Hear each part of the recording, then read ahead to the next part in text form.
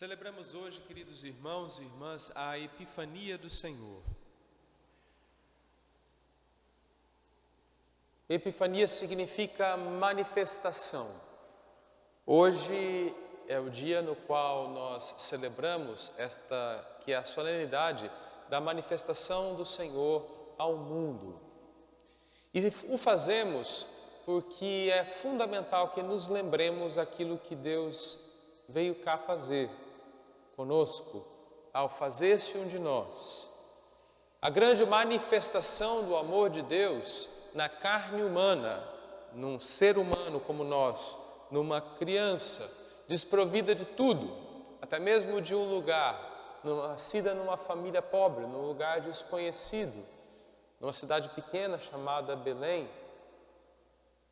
A manifestação de Deus por meio desta criança nos diz que ele veio para todos. O prometido de Israel, do povo eleito de Deus, o Messias, o ungido de Deus, que restauraria a paz, que traria aquilo que o povo tanto ansiava, um povo submetido a tantos problemas, dificuldades e impérios que o escravizaram, que o exilaram, que cobravam impostos exagerados, um povo que tanto sofria, que aguardava a libertação e um libertador. Tal libertador vem não somente para este povo, mas a esperança daquele povo se estende a todos os povos da terra.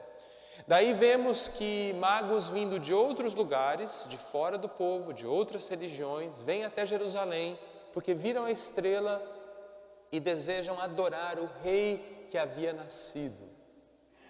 Porém, já havia um rei, Herodes, e este rei fica perturbado com a notícia, assim como todos aqueles de Jerusalém, que ao invés de sentirem-se felizes, porque a promessa de Deus estava a se realizar, se perturbam. Aqueles que estão contentes com as coisas como estão, se perturbam quando escutam, quando ouvem que o libertador, o Messias, estava a chegar. E quem é que se perturba com esta notícia? Aqueles que viviam na grande cidade, Jerusalém, aqueles que eram da corte real do rei Herodes, aqueles que eram os religiosos do tempo, os políticos do tempo, os grandes proprietários de terra, os ricos daquele tempo e que estavam felizes com as coisas como estão. Eles não se sentiam afetados pela opressão e os impostos exagerados do Império Romano. Tudo estava bem naquela paz de cemitério chamada Pax Romana. Esse era o nome, a paz de Roma. Sim, quem tinha muito poder e dinheiro estava feliz, enquanto a grande maioria do povo, os que viviam nos arredores, nas periferias da vida, sofriam. Jerusalém se perturba ao invés de se alegrar. E a imagem é tão estranha que Herodes manda inclusive perguntar àqueles que conheciam a Escritura onde é que ele deve nascer. Ele sabe que aquele era um projeto de Deus e mesmo assim estava cego. Ele manda os magos ir até Belém e depois trazer a notícia onde está o menino para que eu também vá adorá-lo. Sim, ele queria, na verdade, matá-lo. Matar a esperança. Quanta insanidade, quanta loucura o ser humano, ao tentar manter seus próprios privilégios, a sua própria vontade, os seus próprios prazeres, pensar que pode ir contra Deus. Essa é a insanidade de Herodes e de tantos que, através da história, se recusam a compreender que Deus veio para todos e que todos somos irmãos e irmãs. Hoje nós aqui estamos e a liturgia insiste conosco que o Senhor é aquele que veio do modo inimaginável que é a encarnação, tornar-se um de nós, pobre, pequeno, frágil, incapaz, sem nada, sem ao menos uma casa para nascer. E ali a luz do mundo, a luz que ilumina todas as trevas, luz proclamada na leitura de Isaías, no capítulo 60 de hoje, 7 vezes. Se lemos esta leitura, 7 vezes vemos essas imagens. Resplandecer, isso é luz, né? Jerusalém, tua luz brilha na glória do Senhor sobre ti. Sobre ti levanta-se o Senhor, sua glória te ilumina. Tantas palavras que falam da luz. As nações caminharão na tua luz, e os reis caminharão no esplendor da tua aurora. Mais uma vez, o que rompe a noite, a aurora. Naquela criança que não tinha lugar, naquela noite fria, lá estava a luz do mundo.